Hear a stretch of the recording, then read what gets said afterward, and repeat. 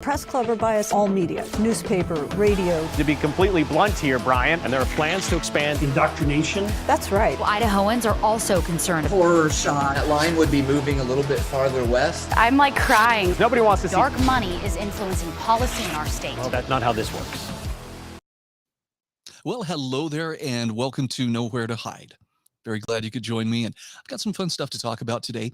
I'm going to talk about a couple of issues particular to Idaho, but before I go there, I want to spend a few minutes pondering the question, how easy is it to influence what the public thinks about a given topic? And you'll see in a moment here why this plays into some of the topics we're going to be discussing today, because I want you to meet someone. Maybe you're familiar with this guy, maybe you're not, but this is Edward Bernays. He is the father of modern mass propaganda. In fact, in 1928, he published a book titled Propaganda. Now, interestingly enough, Edward Bernays was heralded as the father of public relations. And frankly, a lot of what he does has resonated in, say, Madison Avenue, the advertising industry, and other places where propaganda, it's not necessarily a bad word. Would it surprise you to know that there are some forms of propaganda that actually are probably pretty good? I think of the Smokey Bear, only you can prevent forest fires. I think of one of the better public service announcements I saw about wearing your seatbelt when you drive, and it wasn't click it or ticket. It was actually a ad that was crafted to show how much your family loves you and how devastated they would be if you don't wear your seatbelt. And I have to admit, it was, that was pretty convincing, much more so than do this or else. But Edward Bernays is a name that you need to know about because so much of what our mass media does today is straight out of the playbook that Edward Bernays wrote. So he may have been regarded as, again, the father of public relations, but his specialty was what he called engineering consent among the masses. The idea being that if you do this right, meaning if you can engineer consent among the masses in such a way that they don't even realize they're being propagandized, you can shift and you can manipulate public perceptions and public opinion by utilizing mass media. In fact, I'm going to give you a quote. This is his words. These are his words, not mine. So if this seems conspiratorial, take it up with Edward Bernays. But he said, the conscious and intelligent manipulation of the organized habits and opinions of the masses is an important element in democratic society. Now, this was 100 years ago. He was saying this. Those who manipulate this unseen mechanism of society constitute an invisible government, which is the true ruling power of our country. Now, he says, we are governed, our minds are molded, our tastes formed, and our ideas suggested, largely by men we have never heard of. It is they who pull the wires that control the public mind. And that kind of makes you wonder, okay, well, does that mean that's how our mass media operates today? And I'm going to put this out there. You don't have to agree with this, but I'm going to say absolutely it does. Mass media does not exist for the purpose of keeping us informed. In fact, I'm going to just throw a couple of ideas. Again, you are under no obligation to accept this. This is one of the big differences between mass media and alternative media, such as what I'm doing right here. I trust you to make up your own mind, and I don't require you to agree with everything or you're a bad person. I don't think that mass media can make such a claim. So here's the first idea I would like you to consider. Corporate media serves the purposes of the ruling class by engineering consent among the masses and manipulating how the public thinks about certain issues. If you pay close attention, you will find that there is a consensus among most members of corporate or legacy media in which the very same phrases, the very same buzzwords, there's great uniformity of language in the way that they report certain things, always. And, you can chalk it up to, well, maybe they're just being woke, and that could be an explanation in some cases, or sometimes it's just, this is the way that the left would use their language to frame the case. But it's very curiously uniform. And when you think about it in terms of, how do you get people to think mostly the same things about various issues? Well, you put it into pre-digested sound bites and you spoon feed it to them. And people who only have time to look at headlines, or people who only hear the sound bites and repeat those as well. This is what I know about something. I mean, it's just scratching the surface. It's skin deep. in terms of how much depth and breadth they have in knowledge about a given topic. But for a lot of people, that's enough. And they're content to go out there and, do ideological battle with what they have been spoon-fed by very skilled propagandists. So here's another thought. Today's mainstream media believes and acts like they are part of the arrogant ruling class. But in reality, they are simply pampered servants. I want you to think about how, yes, they run in the same circles. They attend the same cocktail parties. They have awards banquets for each other. They run in the same circles. They speak the same language. They all laugh in their little echo chamber. And there's very much consensus among them. But the arrogance, particularly from the ruling class, does tend to seep down into the media, which wrongly believes, oh, well, look, we're hanging with all these people. We're getting that contact high from authority. Maybe we're a part of them, but they're not. And the reason they're not is because the information they broadcast is, almost without exception, framed as favorably as possible for whomever is in power.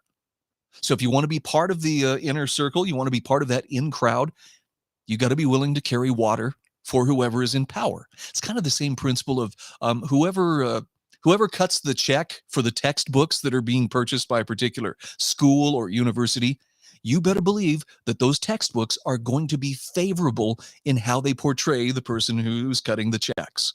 It's just, this is human nature, much more so than simply conspiracy theory.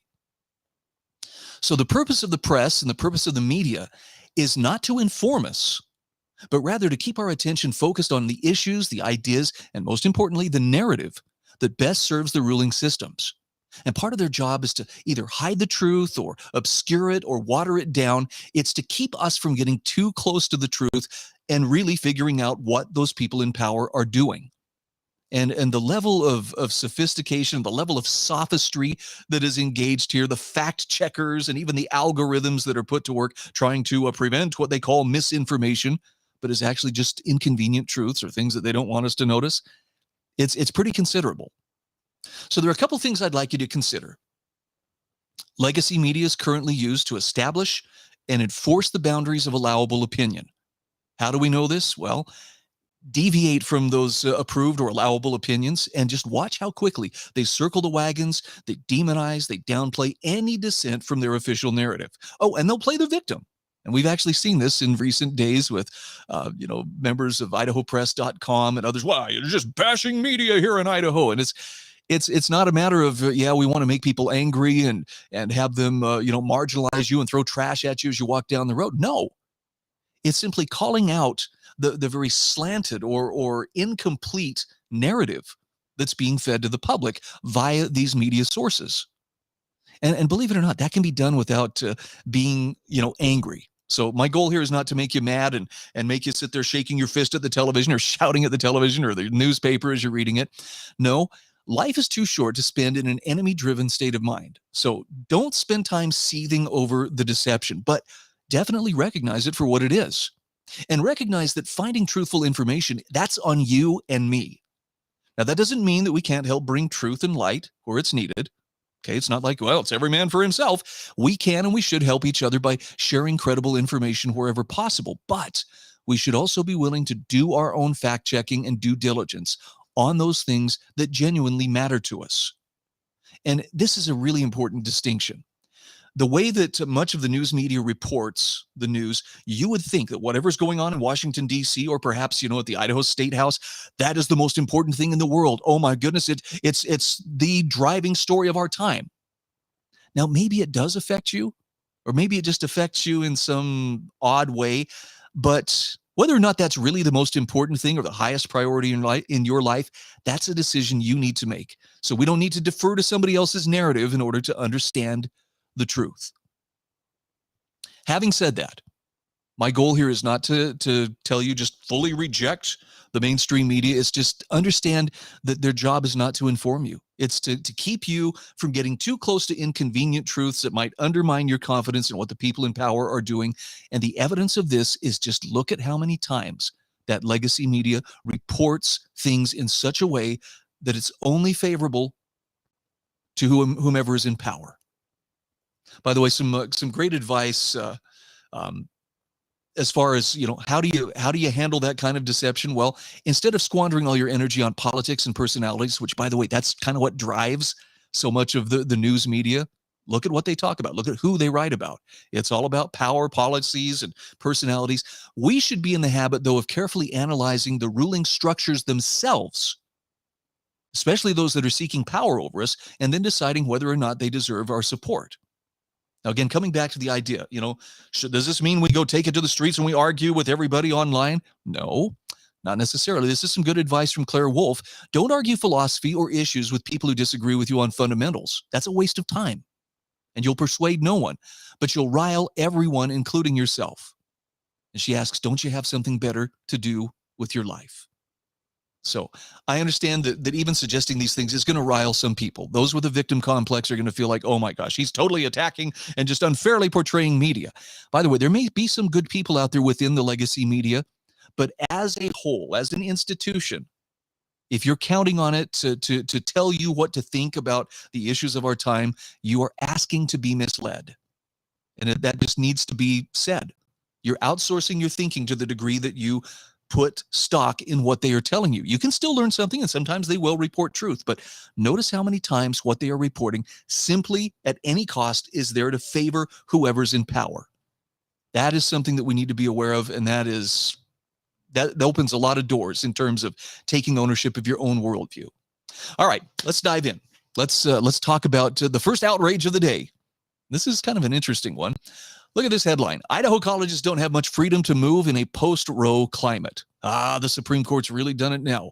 Colleges and universities across the country are changing their health policies in light of the Supreme Court's decision to overturn Roe v. Wade, the 1973 ruling that legalized abortion in the U.S. Some states are requiring schools to provide abortion pills. Others are ramping up access to emergency contraceptives. But Idaho's universities and colleges don't have much freedom to move. So as you can see, this is, there's still pushback and there's outrage over the idea that the Supreme Court returned that question of abortion to the states. That's all they did. And there are some states, Idaho being one of them, that said, we're going to take a pretty firm stand on abortion and make it as minimal as possible. There's not a hard and fast, oh yeah, we throw everybody in jail if they so much as mention the word abortion. But they've definitely, they have limited the circumstances in which abortion it can be sought, on an elective basis. And that's an outrage. For some reason, to the political left, abortion is one of those things that they will get out there and fight in the streets to have. I don't know why, but it really outrages them that there might be some, how can I put this, common sense restrictions. Sorry, I'm just borrowing from their gun control narrative. Now, the article goes on to say, that's because the Idaho legislature made it illegal in 2021 for public colleges and universities to disperse emergency contraception under a law preventing the use of public money for abortion-related activities. You could also say taxpayer money instead of public money. It's one and the same. Any public money comes from the taxpayers. The legislation applies to all public schools in Idaho, from large universities to two-year community colleges. And the bill also made it illegal for public schools to refer students to abortion providers. Now, I just have to point this out. A person can still get contraception if they want. This is not outlawing contraception and saying that anybody who tries to access contraception, or for that matter, even tries to access an abortion, in some other state or somewhere where it's very readily available, is going to be prosecuted. It's just saying the taxpayers are not going to be the ones funding this. So I'm not sure where the inequity is in that, but it definitely, you can get that sense of outrage coming through in this article. So the Supreme Court's June 24th decision to overturn Roe triggered another Idaho law banning abortion in almost all cases. And that ban is set to take effect on August 25th. Now, some are concerned that the abortion ban, combined with limited access to emergency contraception on campus, will result in a higher rate of unplanned pregnancies among college students, something they consider to be a negative impact. Well, that definitely could be. If only science had somehow figured out what it is that happens within human interaction that causes, the conception of a baby or a fetus, if you prefer. And if only there were, some way that people could actually choose to either engage in behavior or not engage in behavior that might lead to pregnancy. I know that's asking a lot, but for those who say, well, my choice is I'm going to engage in that behavior, great. Then you should be on the hook for your own contraceptives. That's really only fair. Now, the lawmakers responsible for the bill say they intended for it to be a reprieve for taxpayers, not an attack on contraception. Representative Bruce Skog from Nampa said, these are things that I didn't think the taxpayers should be paying for. It has nothing to do with it being contraception. It's simply for the taxpayers. And he's right. Skog added he does not believe the bill will have any additional impacts on college students when combined with a statewide abortion ban. And look at this last line here. Idaho's public universities say not much is changing after the SCOTUS decision. So you should probably feel a little bit fearful and maybe a little bit bad, but truth be told, nothing much is changing. The only thing is that taxpayer money is not going to be footing the bill for that contraception. And again, I understand abortion's a very touchy subject, but when you start getting the taxpayers and forcing the taxpayers to help subsidize even birth control, you're moving into an area where really you should be taking your own personal responsibility. And if you're not willing to do that, then maybe you should be not engaging in behavior that could lead to unplanned pregnancies. Sorry, that sounds like I'm preaching to you, but I'm also trying to just put out there, it's not like, wow, we just haven't figured out how all these unwanted pregnancies have happened. It's the most amazing thing, and especially among college-age people. Yeah, time to start being more responsible. This is part of adulting. All right, let's dive into the meat of what we're going to talk about today, and that is Proposition 1. Wow. There were some real problems that were discovered recently with this proposition, which would raise the taxes of just about every taxpayer in Idaho, even though we're assured it's only going to sock it to the rich. We talked about this in the last episode of the program here. And it's so funny to see, here comes the press to the rescue, putting up the, circling the wagons and, putting up the shields to try to salvage this Proposition 1 and to explain away, however possible, some of the problems here. So I want you to see this. This is from idahopress.com. This is our good friend Betsy Russell. Claims unfounded. Holy cow. She wanted to make sure we saw that more than anything. Claims unfounded. Why school funding initiative wouldn't have higher than advertised price tag. Now, I'm going to give you some excerpts from Betsy's article here, and then I'm going to go into some analysis that really calls into question whether or not just Betsy, but other members of the press are playing fast and loose with the truth. And again, for the purpose of benefiting those in power as opposed to the taxpayer. They really think that, if we can just throw enough money at the schools, this is going to solve problems. But it's not clear that that's in fact what is going to happen, and that it's not going to create bigger problems. So widely reported claims that an Idaho education funding initiative actually would raise taxes by $570 million appear to be unfounded. And a drafting error in the initiative's inflation factor originated in the Idaho Attorney General's office. We'll explain more about that in a moment. We now know it was an inadvertent typographical error that was made by our office in the certificate of review. That was Chief Deputy Attorney General Brian Kane telling Idaho Press in an email on Thursday. So basically the Attorney General's office says, yeah, the mistake is ours. Now, the president of state projects for the Tax Foundation, Jared Walsh, vice president of the state projects for the Tax Foundation, made the claims in a July 4th article. Made the claims, not made the case, or at least raised the concerns, but made the claims as he claimed this, and you'll see this come up again. This is a word to create doubt. In an article headlined, Idaho's tax hiking ballot measure is riddled with mistakes. Those claims were then picked up and trumpeted by the Idaho Freedom Foundation, which opposes funding public education. I don't think I've ever seen that as a policy statement of, yes, we oppose funding public education, but they definitely are questioning whether public education funding is being wisely used. Maybe some competition is necessary here. It will hike taxes for nearly every Idahoan, claimed IFF Legislative Affairs Director Fred Birnbaum on July 26th. Now, the Quality Education Initiative proposed by Reclaim Idaho, the same grassroots group that sponsored the successful 2018 Medicaid expansion, initiative would raise an additional $323.5 million a year for Idaho schools, according to analysis by the State Division of Financial Management. If approved by the voters, that initiative would raise income taxes on the state's highest earners and corporations, the exact opposite of the legislature's direction on tax policy for the past 2 years. The corporate income tax, currently at 6%, would go back to 8%. That's the level it was from 1987 to 2000, before the recent spate of tax rate cuts. Without changing any other tax brackets, the initiative would also create a new top income tax bracket for Idahoans who earn more than $250,000 a year for an individual or $500,000 for a married couple filing jointly, and tax just the portion that they earn over these amounts at a new top rate of 10.925%. So I want to turn to the analysis offered by Jared Walsh. And again, I'm not insisting you have to believe this over what Betsy Russell and her article have said, but he raises some very sound concerns here. And I don't think that these are addressed in Betsy's article. So Idaho's tax ballot measures errors are real and significant. Jared says drafting errors are part of the legislative process, enough so that there's a term for them, scrivener's errors, and typically procedures in place to catch them early on and failing that, correct them. Now, sometimes the errors are largely inconsequential, like misnumbering a bill, or at other times a mistake or oversight can undermine the purpose of a bill or change the law in unexpected ways. So let's look at some of the specific problems here.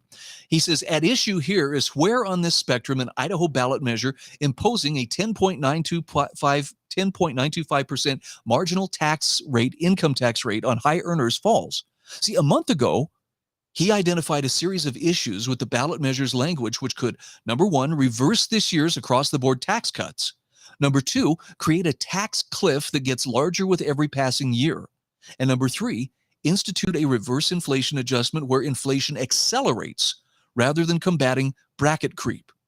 Now, these are fairly detailed subjects, and I am not going to be able to cover them in the kind of detail that I would really like to. I have some time constraints, but I'd like to give you some of the summaries that Jared Walsh offers and encourage you, please check this out for yourself. You will find links. Wayne Hoffman had a wonderful article that was posted on idahofreedom.org that, again, contains a link to Jared's research on this. All I'm asking you to do is consider it and weigh it against, the circling of the wagons on the part of the media saying, oh, no, there's nothing wrong. So Jared says, first, I noted the potential of the ballot measure to reverse the 2022 tax cuts, since it amends and reenacts the language of the Idaho Code Section 63-3024 with the new tax rate and bracket, but also with the other rates and brackets as they existed in 2021, before the across-the-board tax cuts of earlier this year. Now, he says the Idaho Press article reminds readers that for formatting purposes, the portions of a code that are being amended in a bill are indicated by strike-throughs and underscores, and that the initiative only underlines the new bracket. This is true, but to be clear, the concern was never about how bills are statutorily required to be formatted in Idaho and elsewhere. This is about what is legally binding. And this is where it becomes, an issue regarding the tax cuts. Jared Walsh says it's an area of ambiguity, but I explicitly ruled in the possibility that legislative or tax administrators would try to fix the problem, given that restoring the old brackets wasn't the drafter's intent and was merely an issue of when they drafted it before the tax cuts. So since then, however, both the Attorney General's office and the Secretary of State's office have indicated they do not think the authority exists to avoid reversing the tax cuts. Well, that wouldn't be good. Jared says the initiative's drafter says otherwise, and the Idaho Press article adopts his perspective, though it's not clear why. Now, the argument doesn't engage at all with how the ballot measure process might be different and confuses the issue by explaining why the formatting practices are required rather than really engaging with what the initiative's consequences would be. So, straining at a gnat while swallowing a camel, yes. So there's one of the first concerns there, reversing the 2022 tax cuts. Next comes inverted inflation adjustment. And this is the brief explanation that Jared gives.